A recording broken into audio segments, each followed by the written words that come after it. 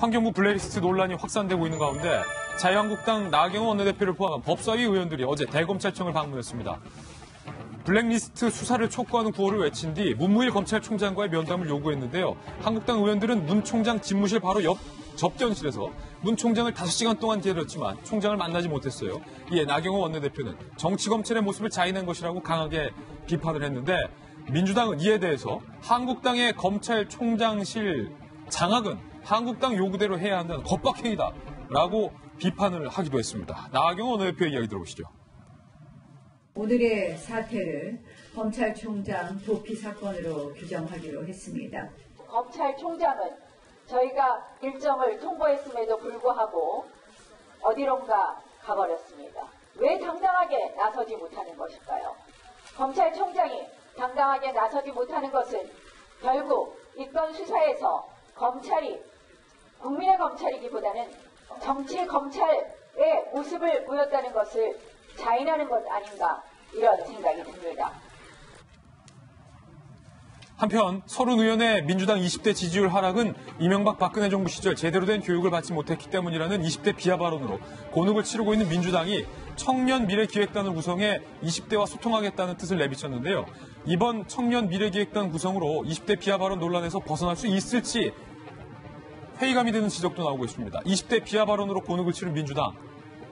홍영표 민주당 대표의 발언 직접 들어보시죠.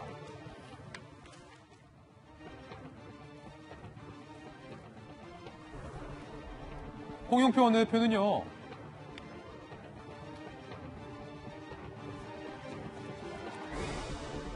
홍영표 원내대표의 발언을 좀 먼저 들을 수 있으면 좋을 것 같은데요. 준비되시면 들려주시죠. 우리 국민들에 대한 평화와 인권 교육이 그리고 민주주의에 대한 교육이 이런 극우 세력을 준동하는 데 상당한 긍정적인 역할을 할 것이라는 것이 제 발언의 요지였습니다. 근데 이를 엉뚱하게 마치 당시 반공교육 때문에 그런 교육을 받은 젊은 세대 때문에 당 지지율이 적게 나온다 이렇게 얘기하는 것은 명백한 가짜뉴스고 이러한 가짜뉴스에 기초한 엉뚱한 정치 공세라고 생각합니다.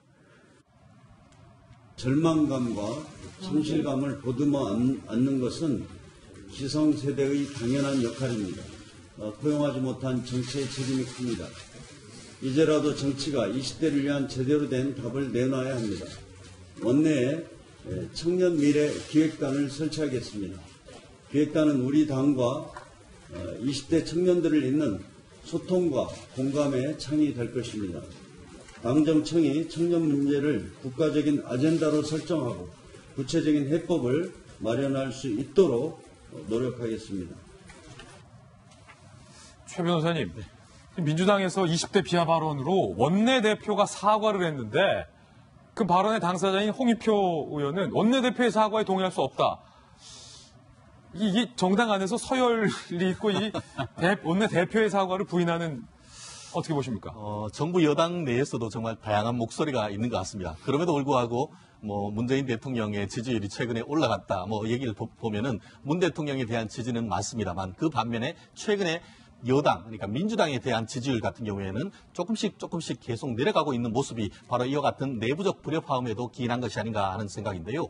어제 하루 동안 여야의 어떤 타겟, 어떤 공격 목표가 명확하다는 것을 보여준 하루가 아닌가 생각을 합니다. 예. 아시다시피 지금 여당 같은 경우에는 20대 특히 남성에 대한 지지율이 낮다 보니까 지금 홍영표 민주당 원내대표 같은 경우에는 청년 미래 기획단 해서 20대의 어떤 타겟을 두고 그것을 지지율을 견인하려고 하는 그런 어떤 목표를 보였고 그 반면에 한국당 같은 경우에는 이 나경원 원내대표가 이 검찰총장을 찾아갔던 그런 모습이 있었는데 결국 검찰을 통해서 손혜원 의원의 투기 의혹 그리고 또 환경부 블랙리스트 그리고 또 청와대 내의 어떤 특별감찰관 의혹 이런 부분을 제대로 조사를 해라 이런 식으로 해서 문 정권과 각을 세우는 모습이 있었는데 한마디로 여야의 어떤 정책적 방향이 명백하게 드러난 하루였다 이렇게 평가할 수 있을 것 같습니다. 예, 많은 분들이 모르고 계시는데 오늘 자유한국당 전당대회 있잖아요. 박찬하 대변인이.